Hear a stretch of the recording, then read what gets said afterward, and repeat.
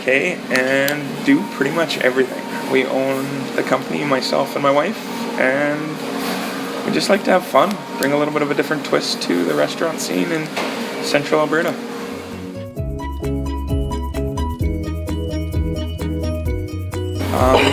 Kind of what we were just going over with the catering aspect and trying to branch off and have some fun with it.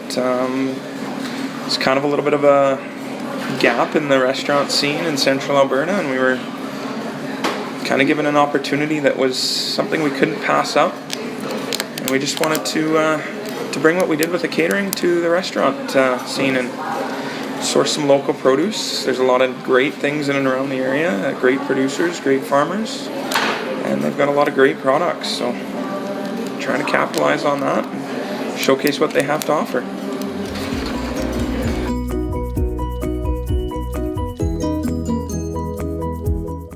Our vision is just to keep it simple and keep it local. We don't want to be pretentious. We don't want to be overbearing. We just want simple food that is tasty. Our goals is just to have a good time doing what we do and enjoy what we're doing and expand with the local scene. Such a big question. Holy.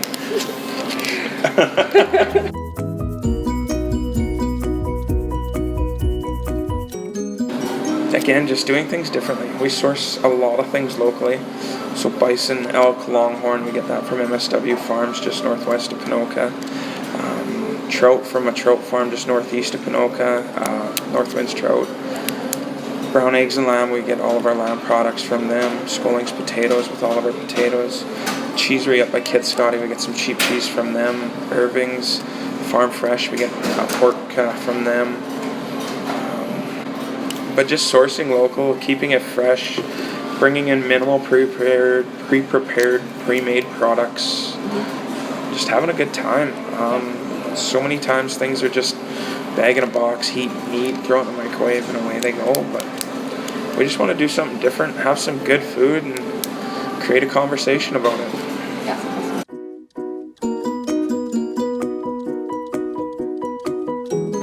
Well, it's such a tough question because you get onto the large scale products. Lettuce, for example, is one thing that we source from California. There just isn't farms in and around this area that can sustain the quality and the quantity that we go through. So I would love to source lettuce locally, but just to get the quantities that we have. Sourcing local is a huge important thing to us.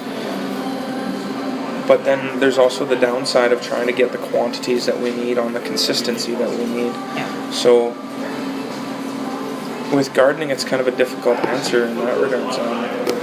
With MSW, when we first opened up, we went to them with, this is what we're looking at going through in a week. This is what we need on a consistent basis. And they said, great. But we were far busier than what we anticipated in Ponoka. We did double and triple what we were anticipating. So we had to go back to them and ask for, hey, we need more.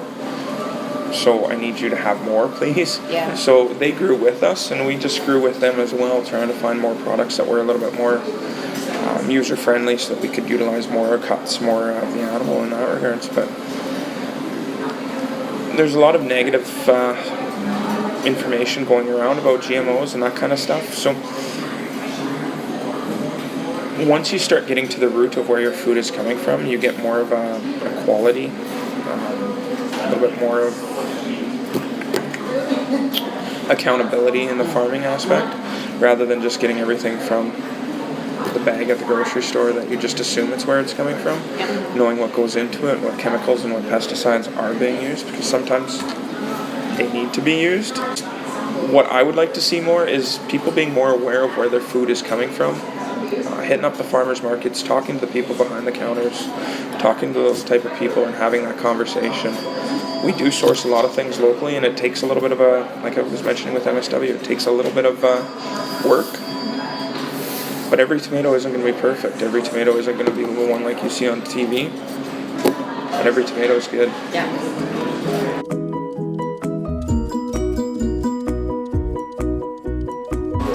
The current restaurant market is very high franchise based. right now in Alberta, the economy is kind of down. It sucks. When people are going out to eat, they need something that's comfortable, something that's safe, and something that's budget friendly. And the unfortunate part is, franchises are what sticks out in people's minds. Boston Pizzas are in every little community now. People know what they are. People see them on TV. They know that they're going to go there and get a meal, and drink, and service. Whether the quality is what they're looking for, but they know what they're going to get. There's been a lot of mom and pop shops that may not have been able to produce the quality on a consistent basis. So franchises have come in and capitalized on that.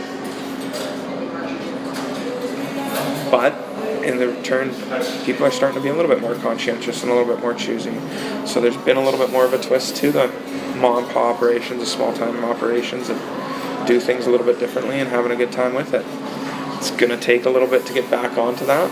It's probably going to happen in the next 3-5 years. Might be a little bit more of a shift, but people want to know where the food's coming from. They don't want to just assume it comes out of a bag and away they go.